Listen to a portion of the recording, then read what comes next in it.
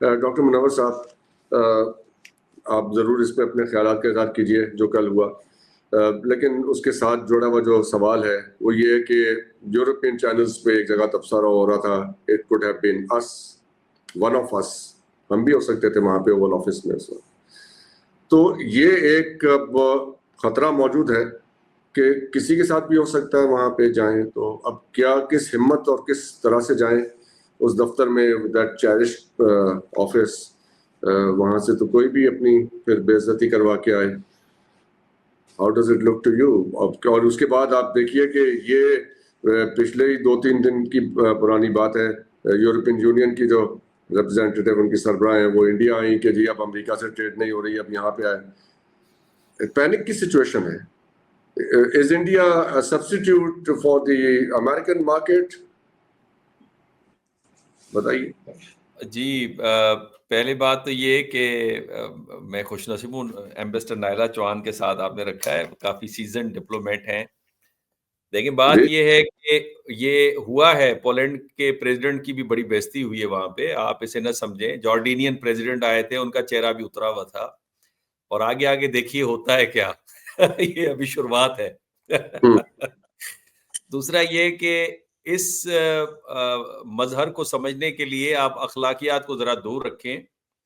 जो value system है, जो आप लिबरल का सिस्टम का वैल्यू सिस्टम आप ला रहे हैं, या हमारी अखलाकियात या सियासत की अखलाकियात या बैनुल अक़वामी माशरे की अखलाकियात या इंटरनेशनल जो मोरालिटी है, उससे आप इस चीज को समझ नहीं सकेंगे। ये सीधा सीधा रियलिज्म है। दुरुस्त फरमा रहे हैं। मैं सिर्फ जब आप बच्चों को पढ़ाएंगे तो उसमें इंटरनेशनल रिलेशंस, तो अब आप उसमें क्या पढ़ाएंगे? मैं आपको यही बताने लगा हूं। देखिए, रियलिज्म जो है ना, सर्वाइवल ऑफ द फिटेस्ट की बात करता है। उसमें कमजोर की तो जगह ही नहीं है, बिकॉज अनार्किक सिस्टम है। और अगर आप कमजोर हैं, और ट्रंप साहब ने यही उससे कहा कि भाई तुम तो जंग हार चुके हो, तुम्हारे पास तो कार्ड ही नहीं है बार्गेनिंग करने का, तो तुम तो मुंह बंद रखो अपना।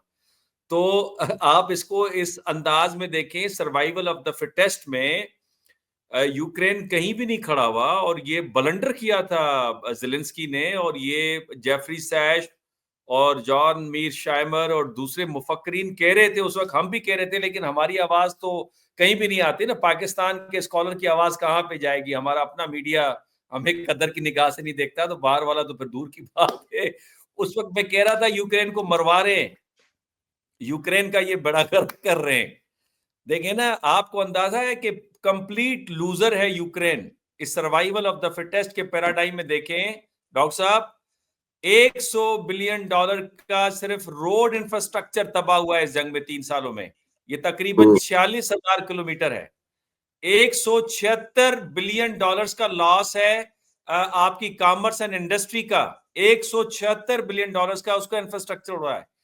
36% उनकी जीडीपी जो है पहले साल में क्रिपल कर गई थी। 36% 3 सालों में तो बाकी तो सारी क्रिपल कर गई है। तो कहने का मकसद, अच्छा बंदे कितने मारे गए आपको पता है? जो एक एस्टिमेट है 1,75,000 से 4,20,000 इनके लोग मारे गए, जो एस्टिमेट आ रहा है। इनके फौजी 46,000 से ज्यादा मारे जा चुके हैं। बचा क्या है उनके पास? बचा कुछ भी नहीं है। इससे बेहतर नहीं था कि ये जो मार्च 2023 में प्यूटन साहब इनसे नेगोशिएशन के लिए तैयार थे, अगर वो कर लेते तो आज ये $15 ट्रिलियन की मिनरल्स भी बचे हुए होते, जो ट्रंप साहब जिसमें से आधा मांग रहे हैं।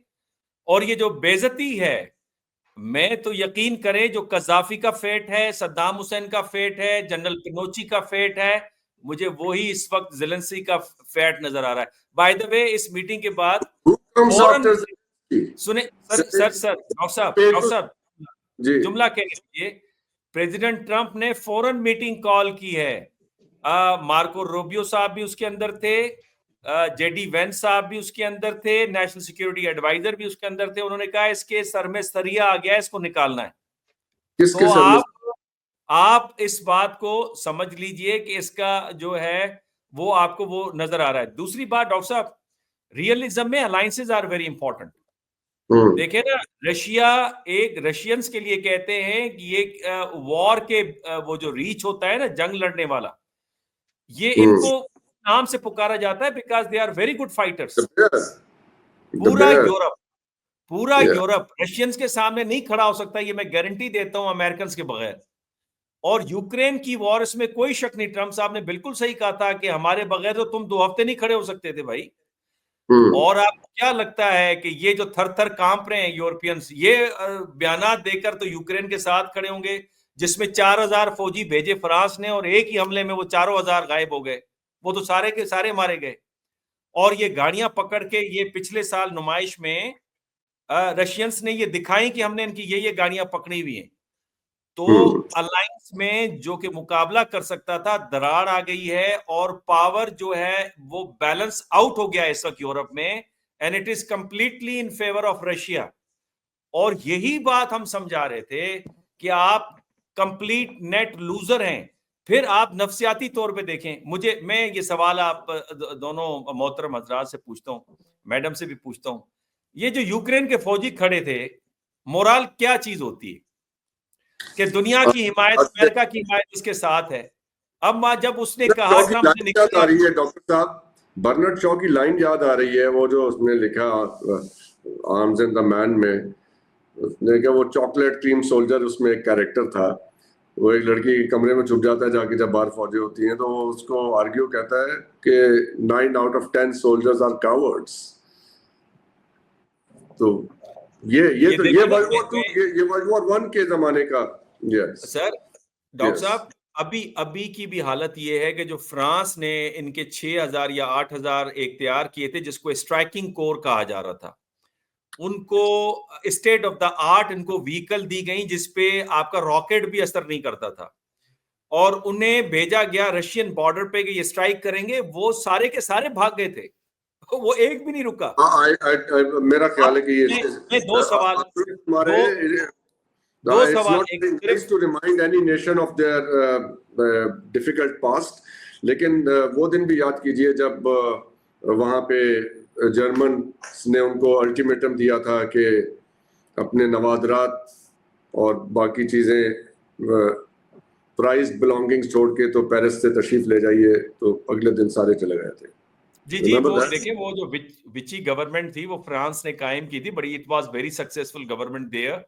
लेकिन बात में मैं जो डॉक्टर साहब आपको बता रहा हूं ना, कि सवाल 2 यहां पे उभरते हैं। नंबर 1 कि क्या फ्रांस, जर्मनी, ब्रिटेन, ये तीनों हिमायत कर रहे हैं इस वक्त ज़ेलेंस्की की, क्या ये अपने फौजी भेजेंगे या अफगानिस्तान से या दूसरे ममालिक से, जिसमें हो सकता है पाकिस्तान भी शामिल हो, इनसे फौजी उधार मांगकर ये उधर लड़वाएंगे? पहला सवाल तो ये तो पिछले आपके सवाल का जवाब तो वो पिछले हफ्ते वो जो क्या नाम है उनका, मुझे जहन में नाम नहीं आ रहा, वो जो ब्रिटिश एंकर हैं जो प्रोग्राम करते हैं हैट पहन के, उन्होंने कहा कि भाई आपकी फौज तो, उन्होंने ब्रिटिश फौज के बारे में, he himself is a British man, उन्होंने कहा जी आपकी फौज तो एक स्टेडियम में इकट्ठी हो जाएगी, ब्रिटिश फोर्सेस की टोटल तादाद 74,000 है, क्या भेजना है?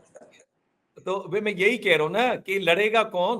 अभी मैं आपको सच बता रहा हूं कि अभी भी वक्त है, ज़ेलेंस्की अगर अक्लमंद हो, अभी भी वक्त है कि यूक्रेन अपना रशिया के साथ डील करके अपने कम से कम रिसोर्सेज बचा ले।